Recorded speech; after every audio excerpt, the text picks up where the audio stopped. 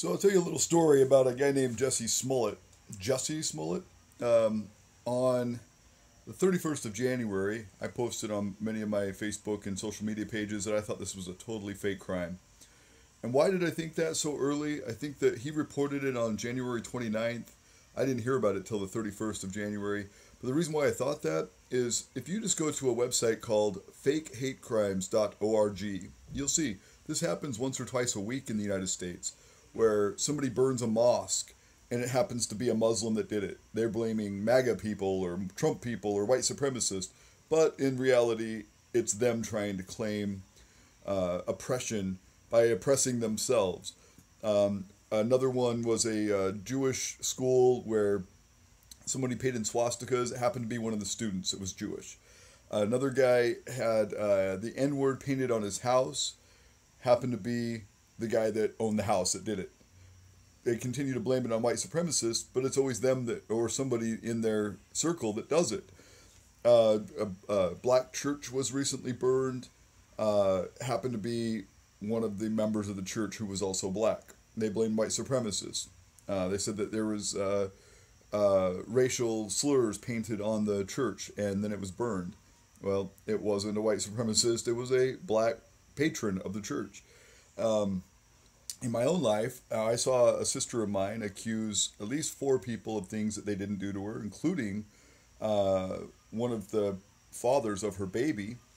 And I watched my father get accused of some pretty horrible things by somebody that was close to him.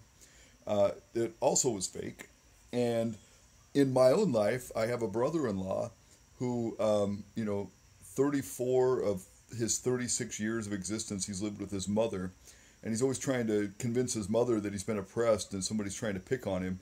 So we ignore him for 10 years. The whole time, I guess he's saying that we're picking on him and doing stuff to him.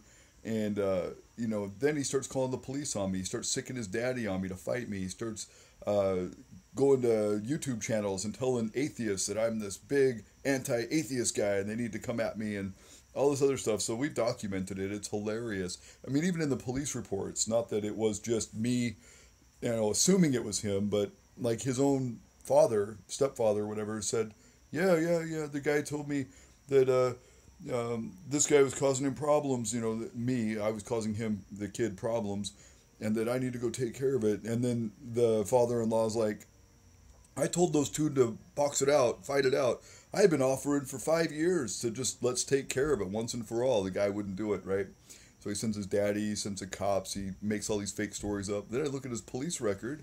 Well, lo and behold, he's got false report to a police officer, terroristic threats multiple times. Like he's calling the police, telling them that other people are doing stuff to him, reporting fake crimes. And then he gets found guilty on these charges multiple times.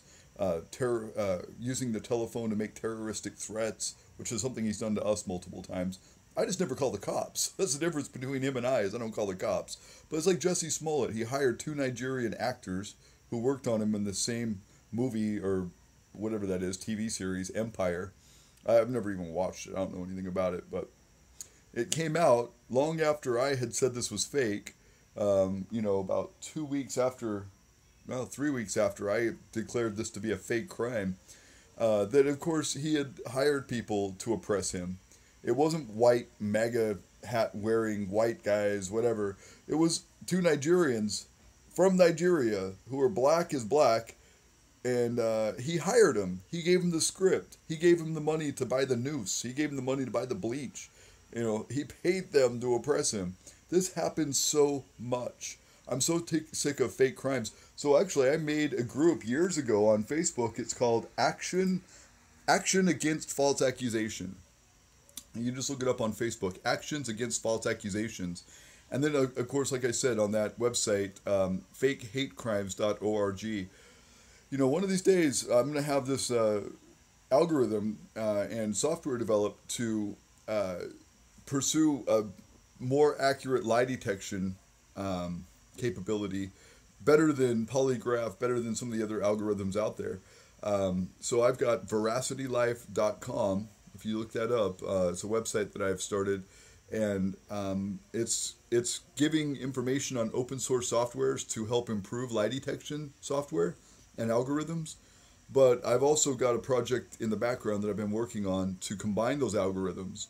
And one of these days, it's going to be a hell of a lot more accurate than polygraphs, and it'll be easy for any consumer to access. They can grab a little device, they can verify with people's voice, with people's eye movements, with other things like Eulerian video magnification. And I want to have those all combined, like 9 algorithms combined to come up with a more accurate result. So check out www.veracitylife.com. And of course, check us out at disruptarian.com. We stream 24/7, 365, and on Saturdays, I'm broadcasting a live talk show at 4:20 p.m. Hawaiian time. Peace.